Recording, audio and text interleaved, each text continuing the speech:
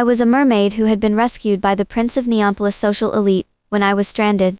On the day I was engaged to Conrad, his youthful first love had returned to the country. She had perched on his lap, and they had been locked in a kiss so fervent it seemed they couldn't tear themselves apart. Conrad had remarked, even if she looked like you, she didn't compare to you even 1%. Later, the media had snapped photos of me in a passionate embrace with a mysterious man inside a car. At that moment, I was perched on his uncle's lap, utterly lost in the intensity of his kiss.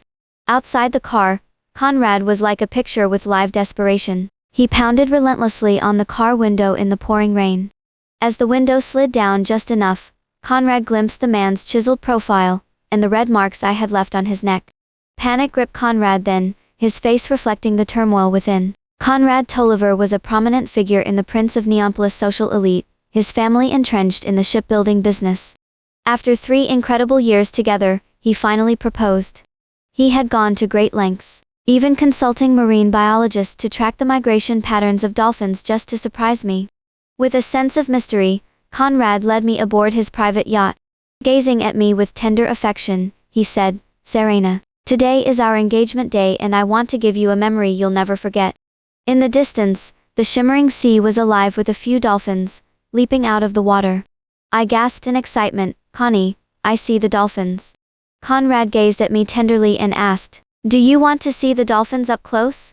My eyes sparkled with excitement as I playfully scratched his palm. "Can I, really?" He nodded. "I'll do my best to fulfill every wish of yours, Serena." Overwhelmed with emotion, I gave him a heartfelt kiss on the cheek. As Conrad was about to don his diving gear and take the plunge, his phone rang. He checked the screen and his face went from excited to ghostly pale in an instant. Without a word, he abruptly left me behind and walked off. The people on the boat exchanged bewildered glances, trying to make sense of what had just happened. "Miss Kincaid, are you still going to dive?" My stubborn streak kicked in. Yes. Why wouldn't I? What was supposed to be a romantic dive for 2 turned into a lonely plunge. As I swam through the sea, savoring my solitude, I suddenly found myself ensnared in a fisherman's net, my tail hopelessly tangled. Panic surged through me as I struggled desperately to break free, but my efforts were in vain. My strength was slowly ebbing away. By the time I managed to free myself from the net and return to shore, my legs were covered in blood.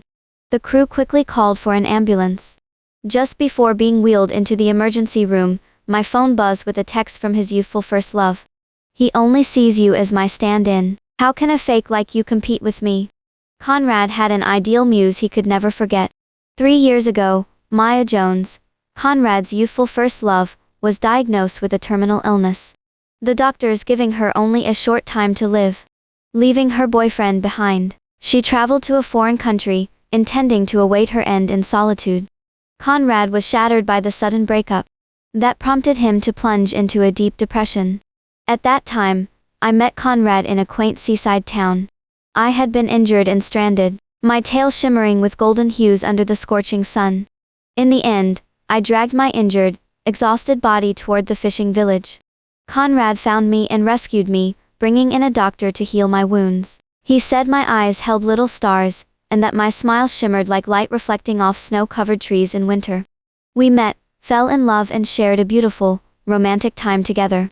Yet, he often gazed at me, with a wistful look, as if searching for someone else within me. Returning to the day of our engagement, Conrad pulled me into his arms, his excitement palpable as he vowed never to let me down. I teased him, saying, "If you ever do, I'll hide where you'll never find me." Conrad playfully tapped my upturned nose, his voice full of affection, "If I let you down, then my punishment will be to never find you." When I was washed up on the beach, my injuries were severe and I was barely clinging to life. The crew quickly called for an ambulance, rushing me to the hospital for emergency care. Just before being wheeled into the operating room, I received a text from Conrad's youthful first love, easing with taunts and provocation. While I was in crisis, Conrad had been with his first love. Their reunion had ignited a blazing passion. The realization hit me like a bolt of lightning. From start to finish, I had been nothing more than a replacement for his ideal muse. Now that his ideal muse had returned, all his past promises seemed to have been forgotten. The doctor told me that my leg injuries were severe, and might result in permanent damage. It felt like a lightning bolt had struck me. I locked myself in the bathroom, staring at my injured tail, tears streaming down my face. If my wounds weren't treated promptly, I might lose the chance to return to the sea forever.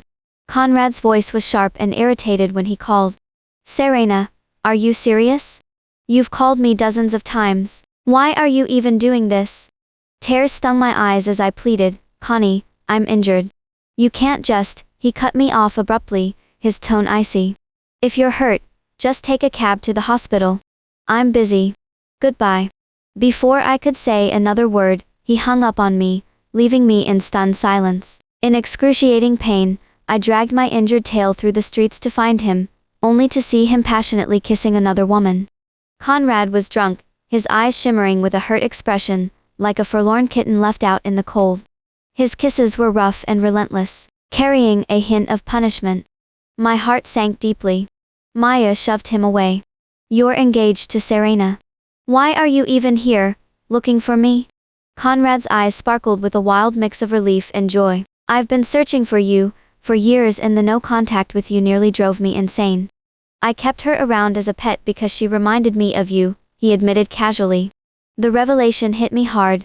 I was merely a distraction for him, not even a genuine substitute. Those dreamy, longing looks he gave me, they were just his attempts to find echoes of his ideal muse in me. His youthful first love was draped across his lap, their mouths connected in an intense, unbreakable kiss.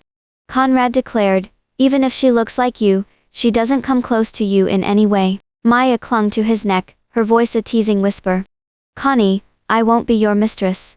He pulled her close, his arms wrapped around her slim waist, as he whispered back, I'll have Aiden, my assistant, inform the media, the wedding is cancelled.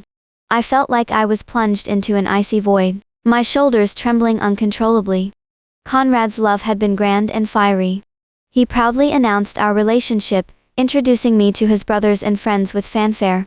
On the day he proposed, the city was ablaze with fireworks, lighting up the sky in a breathtaking display. I had been blissfully naive, believing that he truly loved me.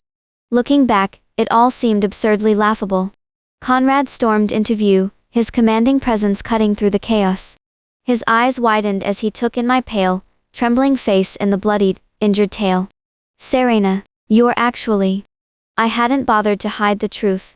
They said being with humans invited divine retribution. I actually deluded myself into thinking I could spend the rest of my life with you. Conrad instinctively stepped back, pulling his youthful first love protectively behind him, clearly terrified that I might harm his beloved. The look in his eyes was colder than anything I had ever seen before.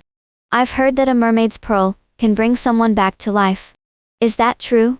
Conrad and Maya had been childhood friends, cherishing a mutual affection for each other for many years. In their youthful, innocent days, the girl fell for the bright, sunny boy. They walked hand in hand through high school and college, sharing countless memories.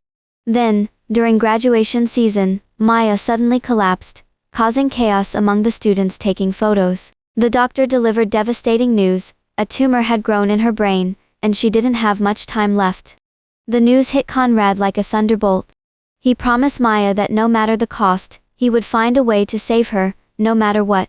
However, Maya vanished without a word, retreating to a distant land to await her fate in silence. Conrad's search for her was relentless. He scoured every corner of Solbro, leaving no stone unturned. Yet, she seemed to have disappeared without a trace, as if she had evaporated into thin air. For a long time, he was a shadow of himself, drifting through life like a ghost. I first met him on a day when he was dressed in a sleek black suit, standing tall and elegant, with broad shoulders and a commanding presence. Conrad gazed at me with an intense, far-off look in his eyes. His words were steeped in deep sorrow. You resemble someone I once knew, but she is no longer here. I stayed by his side through those darkest days, watching him slowly emerge from the shadows of his heartache. Eventually, Conrad stopped the search altogether. On countless nights, he held me close, his voice tender as he repeated his love for me again and again. Slowly, he began to move on from the girl he had once cherished, and our new relationship took root.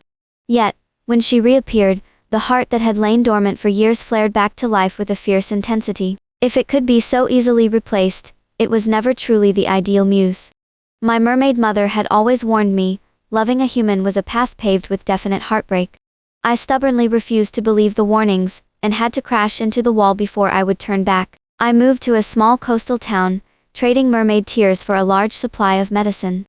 The severity of my injuries led to a dangerous infection spreading across my body. Conrad tracked me down, and surrounded me with a group armed with lethal weapons. With a desperate edge in his voice, he said, "Maya's condition has deteriorated again. The doctors are powerless. You're the only one who can save her." My heart plummeted into despair. "Conrad, without the merfolk's pearl, I'm going to die." Conrad didn't seem to hear me. He was frenzied, almost maniacal. "Serena, Maya doesn't have time. Please, just give me the merfolk's pearl." His family was in the shipbuilding business, equipped with the most advanced fishing tools and sonar detectors. My injuries were severe, leaving me powerless to resist. If he couldn't get the merfolk's pearl, he would undoubtedly target my people. The consequences would be catastrophic. It seemed like today was a point of no return. Conrad's touch was unexpectedly gentle as he caressed my face, but then his grip tightened brutally around my trembling shoulders. His eyes were chillingly indifferent, almost predatory. "Serena, just hand it over to me. Don't push me to use force." I stared back into his icy gaze, desperation in my voice. "Conrad, if you truly want it, I'll give you the merfolk's pearl. But know this, I've never loved you." He was unaware that without the merfolk's pearl, my survival was impossible. Conrad's words were deliberate and harsh, each syllable slicing through the air. "Serena, I have never loved you." He brought a small army with him, each person armed with advanced fishing weapons, each one deadly.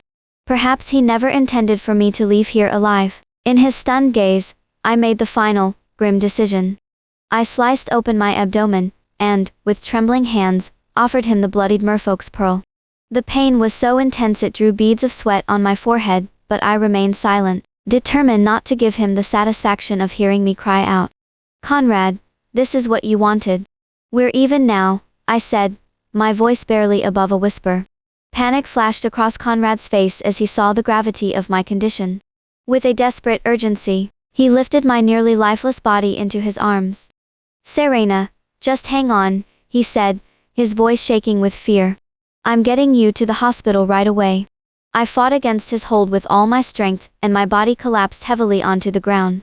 "So, you want to trade my life for Maya's, and now you're pretending to be so deeply concerned. I'm about to die, are you satisfied now?" Search 11079, one novel short, to read book for free.